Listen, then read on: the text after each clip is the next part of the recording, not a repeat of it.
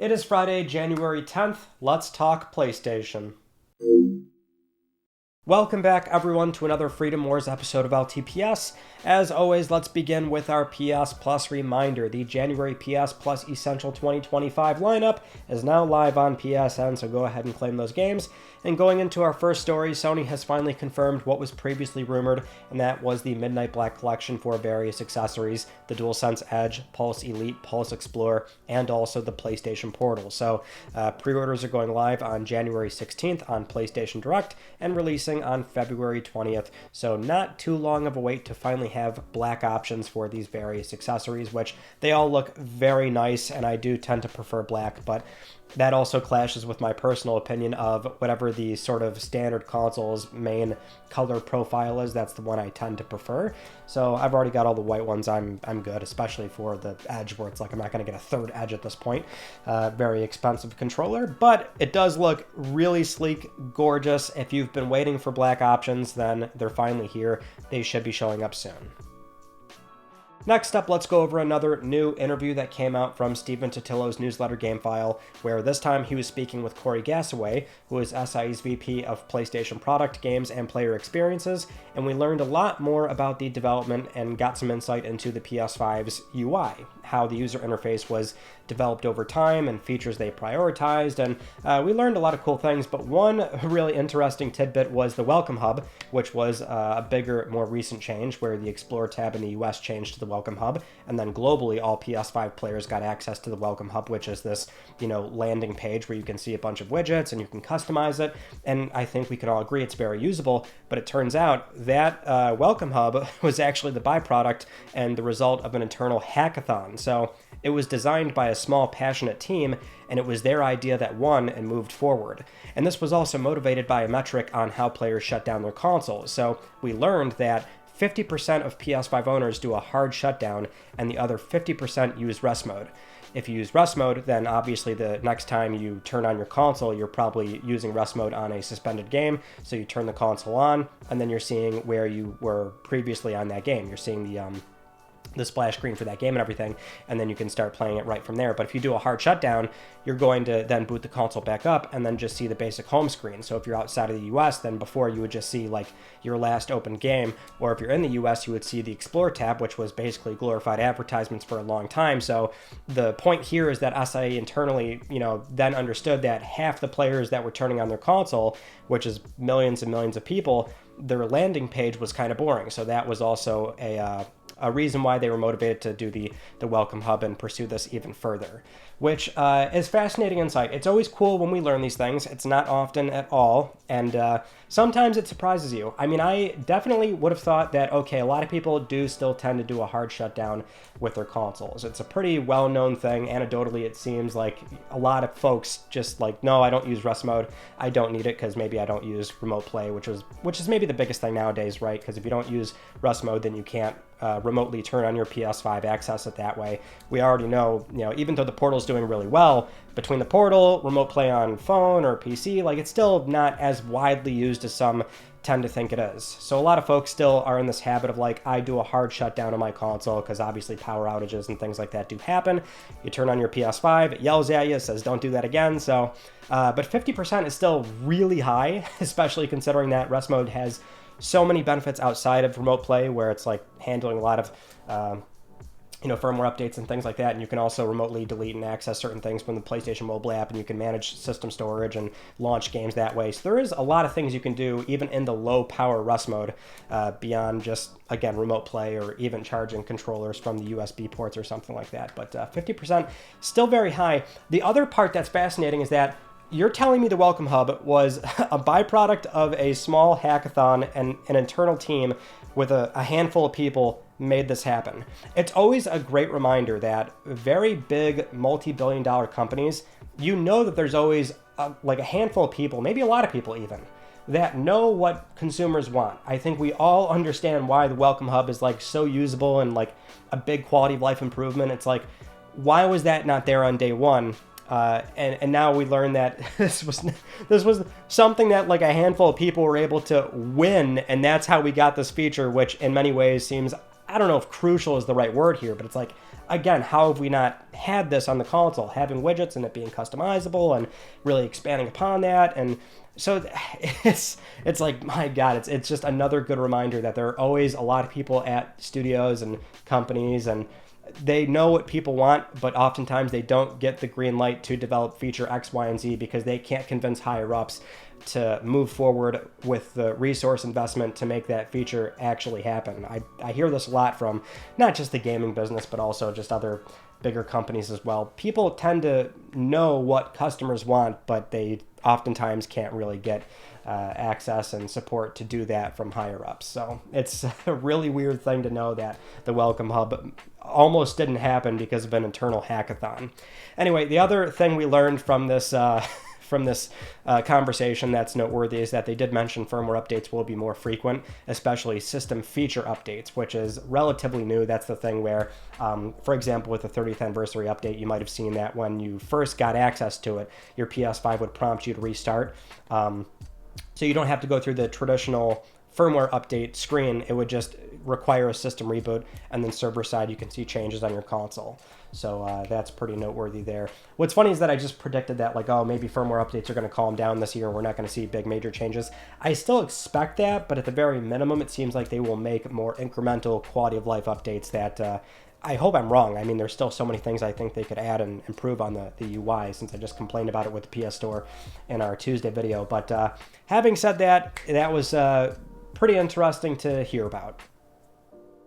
Moving on to our next news story, it's a mix of things regarding physical games on PlayStation 5 and just the state of physical media in general, which is still not looking too hot, especially with the year closing out and going into 2025. What we can say for the disc drive on PlayStation 5, the detachable one you can buy, that's still been out of stock for a long time. It does seem to sell out almost immediately, and it seems like it's in a really bad spot in the UK, where even still it pops in and out of stock occasionally, but it does sell out immediately, which in the UK, it's worth mentioning, we've got some sales data coming in from the GfK and Omdia and the GSD. So video game revenue in the UK dropped 4.4% in 2024 compared to 2023, and the biggest contributor to that 4.4 was a nearly 35% drop in physical game sales from 2023. Now, it is worth mentioning that a lack of major Nintendo releases contributed to that drop, since Nintendo software can move a lot of physical units. They're nearly 50-50 in most markets, so that's a lot of media that does kind of fall back to Nintendo. But it's also remembering the context of, in the UK, dedicated game stores have been shutting down and downsizing a lot for the past year or so. Obviously, I don't live there, but this is what I constantly hear, so I know people can probably vouch for that.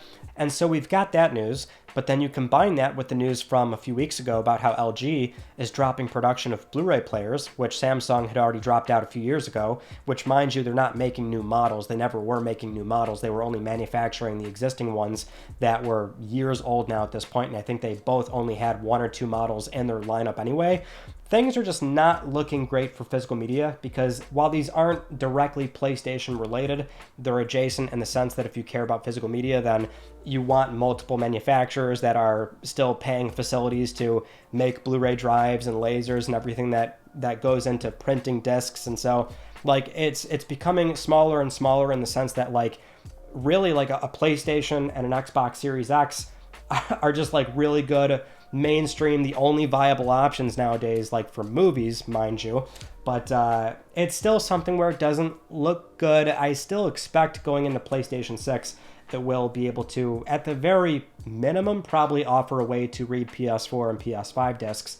And I still somewhat safely expect PlayStation 6 will offer physical media for, like, PS6 games that can be printed on discs. Now, it remains to be seen as far as, like, how often that would happen, or if the game sizes would be so big to the point where you're just going to see nothing but games that greatly exceed 100 gigabyte UHD triple layer discs, and therefore you're not getting, like, most PS6 games actually on the disc, so you've got no way to sort of have local play preserved and it being completely offline.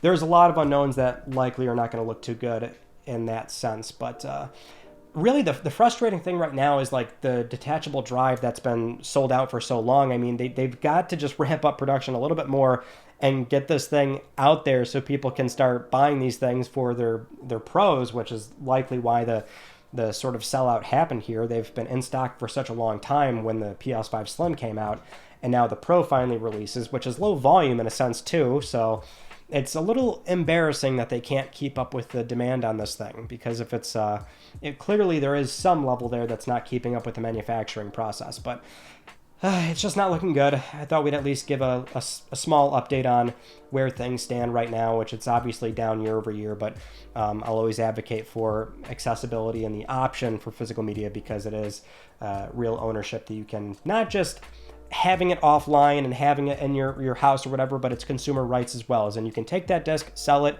use it to buy more things. There's just so much more leverage you have, whereas digital, you don't.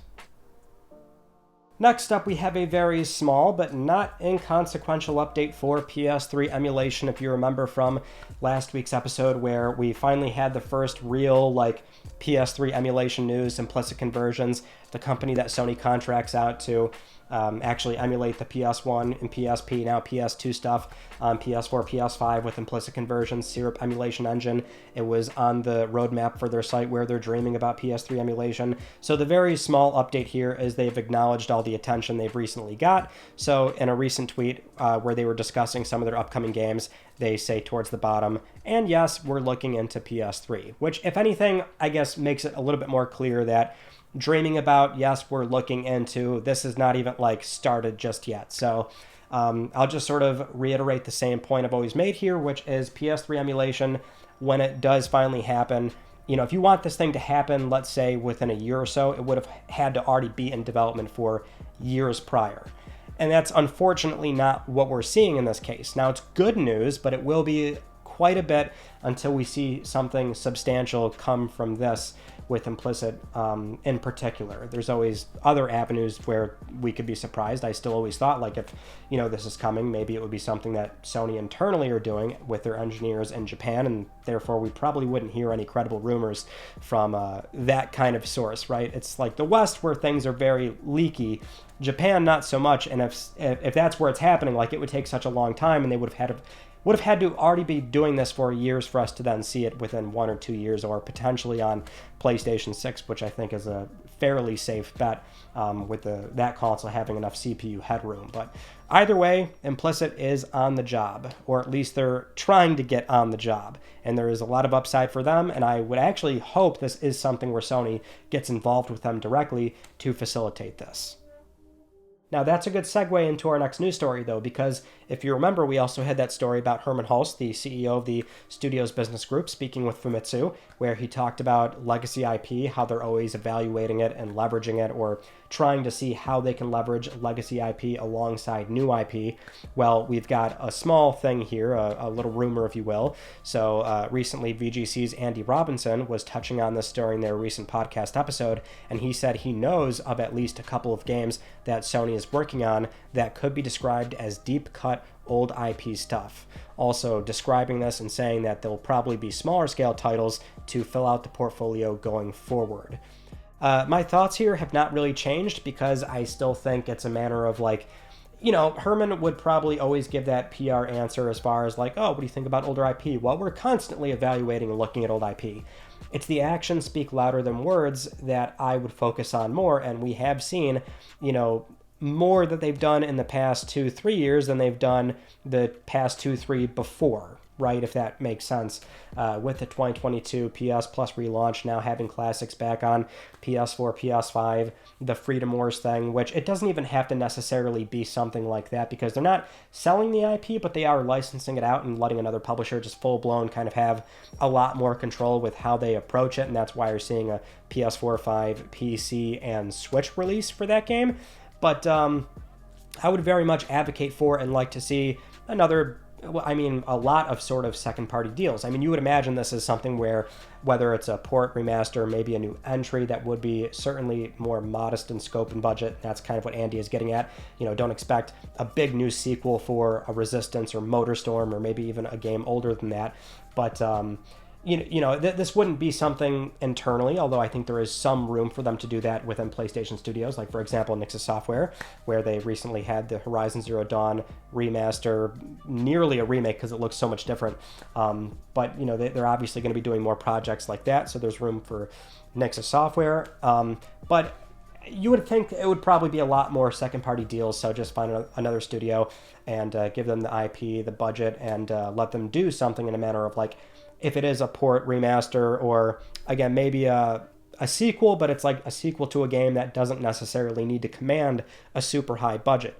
PlayStation, they have so many IP, really old stuff. I mean, there's so many opportunities, and I think the company maybe is at a point where it has circled back around to where they've got so many things that they can expose to a newer audience. I mean, Sony is going to be very mindful of Gen Z, Gen Alpha, and there's all these older properties that, in a sense, they can expose that to those audiences and see if they can maybe take off in a much bigger way than how they landed with my generation. Or there's a lot of room that maybe Sony is finally going to spend more time in this area than they otherwise would have during like late life cycle PS4 going into most of PlayStation 5, right? So I'm all for it. Absolutely 100%. Let's start doing more of this, especially filling out the portfolio in a manner where it's like, we don't want to have to be sitting here waiting for the next big PlayStation Studios game that takes 5+ years to make. There has to be a way to fill out the portfolio. They have been doing that on PS5 just with other sort of completely separate outside deals that are not tying down these games in exclusivity, but let's do more of it. Let's explore the catalog and let's bring these games back. In other classic game news, we definitely don't cover this stuff too often, but we do have this product that was recently announced from Taki Udon, the creator of the Mr. Pie, and so this time around they're finally announcing their specific PS1 FPGA console, which will support original memory cards, controllers, have analog and digital output, NFC, Wi-Fi, Bluetooth, light gun support, and also disc support with an optional accessory. So what you're seeing right now is not going to play discs on its own, but it is this very nice small FPGA console. It will have an MSRP no higher than $225, but the Founders Edition for friends, family will start at $149. So very cool. I mean, if you're into this sort of thing, it looks like a compelling option, especially because it is FPGA based, so compatibility will be very rich, and most games should boot and play in the same behavior that they did on real PS1 hardware, so it's not, software side emulation. It's a very cool, nice little package. These things don't tend to be for me, because I just like to be one of those old-fashioned people where it's like I always prefer playing on the original hardware, but FPGA stuff, there's so many really interesting advancements, and now seeing one that's super specific here for the PlayStation in a PS1 retro look as far as like the hardware is concerned, it's appealing, absolutely. So we'll see how this console develops, and we'll provide more updates as they come. Moving on to developer Housemarque, not a huge update here, but if you remember, they were moving into a new downtown location in Helsinki, and now that is in full operation, so they have confirmed this on Twitter. We don't have a lot of pictures, but they did show us what appears to be a big Astra Selene space outfit in the lobby, and they are all moved in. It's important to remember that, they shipped Returnal back in 2021, did some post-launch content. They are, I'm not sure how well into we can say, but they are full steam ahead on their next sort of action style game that is still going to have a narrative baked in. And this is one of my favorite studios, so I cannot wait to see what they are doing, and I hope they are enjoying their new offices as well, which they have absolutely earned. They actually also hired a former Platinum Games designer in a new lead designer role, so they had like 10 plus years at Platinum Games working on titles like Bayonetta and Vanquish and a lot of those, super fast-paced action games, and so they say they specialize in enemy designs and bosses and things like that, so could be a good get and could be a very vital role for what is their new game. Moving on to our next news story, we have new evidence here of what we kind of already knew about, but it's new evidence, so at least we can say that, hey, this is probably still happening, which is this job posting from PlayStation that was recently put up in Los Angeles is the location here. It's for a project senior producer. This was spotted on Recent Era, then put up on the PS5 subreddit, but it does say, and I quote here towards the bottom, "We are a newly established AAA studio based in Los Angeles, driven by a team of seasoned industry leaders and experienced game developers. Our mission is to create the next groundbreaking AAA original IP while reimagining the development process with a lean and highly efficient approach. We're seeking talented individuals who share our vision and are eager to join us on this journey." Given that this is in Los Angeles, I think it's not too hard to piece together this is probably the ongoing Jason Blundell studio and project, which the whole recap there is the Deviation Games thing where initially Sony signed on that game, and that was between Jason Blundell and Dave Anthony. Jason Blundell left the studio, then Sony pulled out of publishing, and Deviation just couldn't really get any funding or new publishing agreements or anything off the ground for that studio, and so it ended up closing, and a lot of grievances were aired out from former employees, but a lot of former Deviation staff then started working at PlayStation, and we then found out Jason Blundell is at PlayStation. And this is a new studio that has not been formally announced just yet, but given that it's LA, it's likely that. Because there are other secret teams, in theory, that are going on within PS Studios, but in this case, probably the Jason Blundell project, which, I mean, the good news is, like, it's new evidence, so it's still ongoing. The ramping up hiring in this game is going to be a thing. At some point, maybe. Building new teams is really hard, especially with company culture and how that fleshes out, and funding, and it's California where it's expensive, so it's interesting to hear them already talk about wanting to be a very lean and highly efficient development process. So it seems like if Sony's going to continue working within Los Angeles for certain teams, and especially this one, they're going to want to be mindful of labor costs and office space and things like that. But either way, that's probably what this is, and it's still completely unknown as far as how long it would be for us to see what this game is, what this studio looks like, what they're named, all that stuff. But we'll keep following very closely. Moving on to CES 2025, the Consumer Electronics Show in Vegas. Sony had a 57-minute long press conference, something crazy like that. It's one of the longest ones they've done, I think. And they spent a lot of time talking about anime, why they're investing in it, doing more in that space, why it's just so great and amazing. They spent a lot of time on the Sony Honda Mobility Initiative, brought out the Afeela car again, but this time they can actually price the vehicle, which, big surprise here, it's a lot of money. They're taking reservations right now. They also spent a lot of time talking about Sony Kondo, that initiative that they're doing, just as far as like the culture and what they're looking to accomplish. But really, for PlayStation, not a lot of direct gaming announcements. So this time it was primarily PlayStation productions, which, not too surprising. That's where, I mean, in recent years, it's been a lot of PS production stuff at CES. So in this case, we have Asad Kizilbash taking the stage, head of PS Productions, announcing various new things. So first, we can mention Helldivers 2 is getting a film adaptation. Big shocker. The game did incredibly well, and we know the game's inspired by, Star Troopers, so where do you think this is going to go? They also confirmed a Horizon Zero Dawn movie, which is in collaboration with Columbia Pictures. Between that and Helldivers 2, there's no details, but, Horizon, the Netflix series, pretty much is dead, or at least we thought it was dead. So, as I was saying before, like, they're going to want to do something with Horizon, so you've got that. And then Neil Druckmann took the stage to announce The Last of Us HBO Season 2, officially coming this April, showing off a new trailer as well. And we'll talk about something extra there in a second. We also learned about Ghost of Tsushima Legends is getting an anime adaptation, and that is going to be in collaboration with Aniplex and will release on Crunchyroll in 2027. So a lot of things going on there. Tsushima, we know, is already getting a movie still, but now it's getting an anime years away, which, cool. So there's that. The Horizon movie, I will say I'm happy about that because I didn't really want that series to be, or that franchise to be a TV show. Now we just need God of War to also get a movie. I think between those two properties, where they're all about this big, larger than life, sort of enemies and boss fights, and that universe, I think both of them command like big budget movies. So at least Horizon. I think that's the better play. Helldivers 2, yeah, big surprise. And Last of Us, I was hoping it would be sooner than April, but okay, I guess we can wait until then, so great to see that.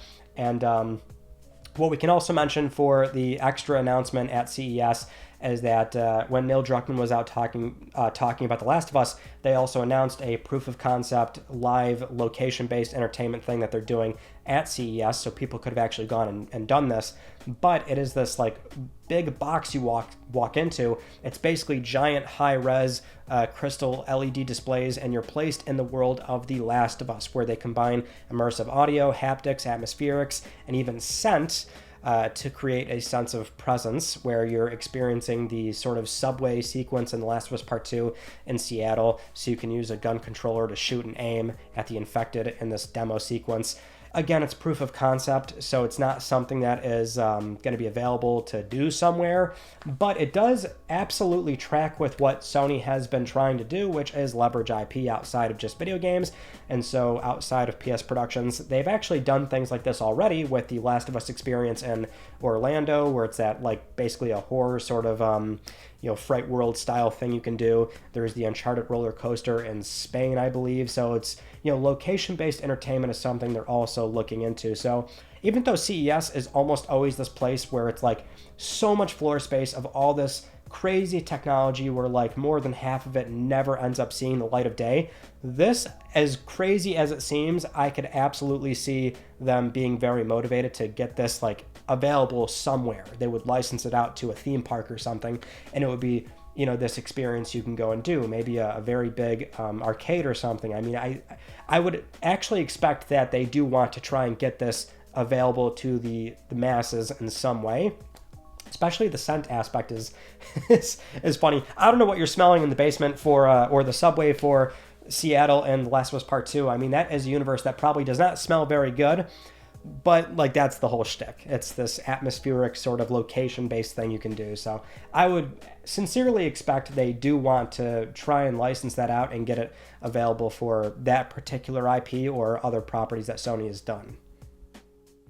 Now, going back to all the PlayStation production announcements, we actually did get one other one outside of CES, which kind of random, but out of nowhere, we got an update on the Shadow of the Colossus movie, which was announced over 10 years ago, and that's kind of weird because that's well before PS Productions was a thing, and maybe now that's why we're hearing about it again, because PS Productions has so far been a lot more motivated to get things over the finish line. So in this case, the original director attached to it, who is now still giving an update on this, Andy Muschietti, he gave an update on the adaptation speaking on Radio TU. So Muschietti said the project is still going, and the possibility for it happening is now opening up.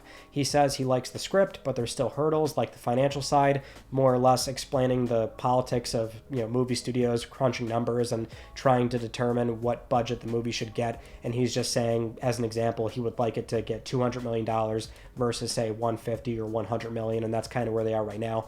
But I guess it's not too surprising to hear this because he said, oh, now it's opening up. Well, I wonder why, because now there's like this entire arm of PlayStation called PS Productions that is doing a lot nowadays. So as far as like the IP and what's available and taking pitches and getting things off the ground, and it's actually kind of incredible just how much has been done in just a few years in this space. And there's so much more coming too. So it's like, oh, this thing that's been, missing for 10 plus years, like now they're starting to get the ball rolling on it again. So I would say that's good news. The thing is, like, I'm sure a lot of people would probably agree, Shadow is the kind of game that, one, you could argue it doesn't need a movie, or two, if it gets a movie, like, we've already got a problem. He said the script looks good. Like, well, that already doesn't really work with, like, what is so special about the game. You would kind of want it to be, in a way, selfishly a very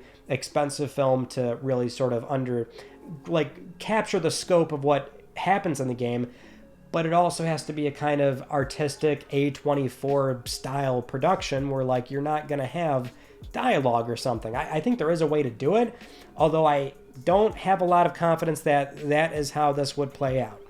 So I don't know. It's an update nonetheless, and I would not be surprised at this point if this movie does end up happening with PS Productions at the forefront. Let's move on to some industry-wide, very big news stories with massive implications. One thing that came up recently was the budget for Call of Duty games. So this was spotted by Stephen Totillo's GameFile, where they were going over a court filing where Activision was responding to a lawsuit from the May 2022 Uvalde school shooting.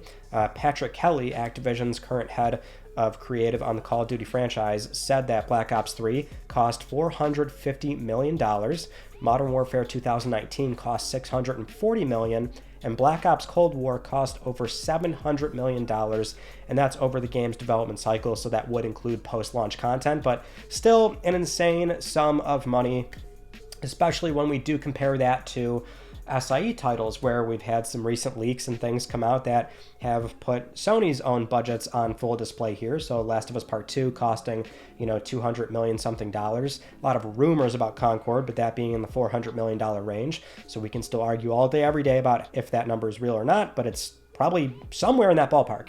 And then Spider-Man 2 costing $300 million, but you've got, such a big production with it being multi-platform and post-launch for Call of Duty, and that is in, not just a similar ballpark, but like well beyond that with $400 million for the oldest game, but more recent titles costing $700 million. It is just an insane sum of money to develop, ship those games, maintain them. They make a lot of money too, no doubt about that, but it really illustrates how much stress is on developers, small and big, to make sure these products deliver. So we had that news story.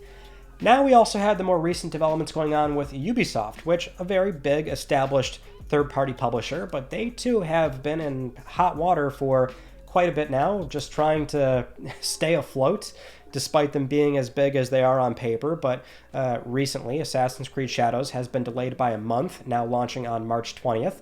And Ubisoft they've now announced that they're taking divisive steps to reshape the company, and they've now appointed advisors to review and pursue various transformational, strategic, and capitalistic options to extract the best value for stakeholders, which basically means they're exploring a possible sale of the company. Which this is right off the back of X-Defiant also getting shut down. It's going to get shut down this year, and they're laying off 277 people across 3 studios that are in what they label as high-cost geographic areas, that being California, Osaka, and Sydney, which we've seen Sony too complain about this, which is the cost of doing business in a place like California, where a lot of their studios are in Los Angeles or Santa Monica. So there's it's like not looking good. There's so many just awful news stories regarding so many layoffs and studio closures, and even very big established entities like Activision having to sell, and now Ubisoft. And they've been trying to, like the Guillemot family's been trying to hold off on doing this for a long time, but they've just had miss after miss after miss. The AC Shadows delay is more than likely just trying to secure a sale before the results of that game, if they do end up doing bad, I would assume pre-orders maybe are not where they want that game to be. They would maybe want to secure a sale before they, have a good sale and they're able to secure a good price for shareholders before that game ends up, not doing well, and they can't use that as a way to sell at a higher price. You know what I mean? That game probably was only delayed purely off of trying to secure a sale for Ubisoft. So there's that going on too. We'll see how that plays out, but the industry is a-changing in a very big, substantial way. It's been changing. It's not stopping anytime soon, and it's a lot of consolidation, which is not pretty. It's a brutal environment, and it's borderline depressing, but that's what's going on right now. Now, with all that said, it is time for Let's Talk Plus, the weekly Let's Talk PlayStation giveaway, where one of you can win a $10 PSN code. I would like to congratulate this viewer right here. I'll be contacting you very soon via email or X, and if you would like to win a $10 PSN code, it is so simple. Follow the link down below, enter the Gleam giveaway, and supporting this channel, a number of ways can gain you an entry, and I'll announce the winner next week, because I'm trying to help pay for your games. Those are all the stories from this past week that I wanted to talk about with you all, And our Tuesday video was me more or less ranting about the PS Store on PS5, just some improvements that I really would like to see, some of my problems I have with the store right now. And then we also have a new Click R3 episode, either live now or going live very soon. Our first one of 2025, going over some of the stories that we missed from our holiday break. So we've got a pretty good conversation going up soon. And then I think we'll still have our normal video on Tuesday on time, so no changes there. But that is pretty much it. So that concludes this week's episode of Let's Talk PlayStation. I'm Ryan Benecki. Thank you all so much for talking with me, and I will see you all next Friday.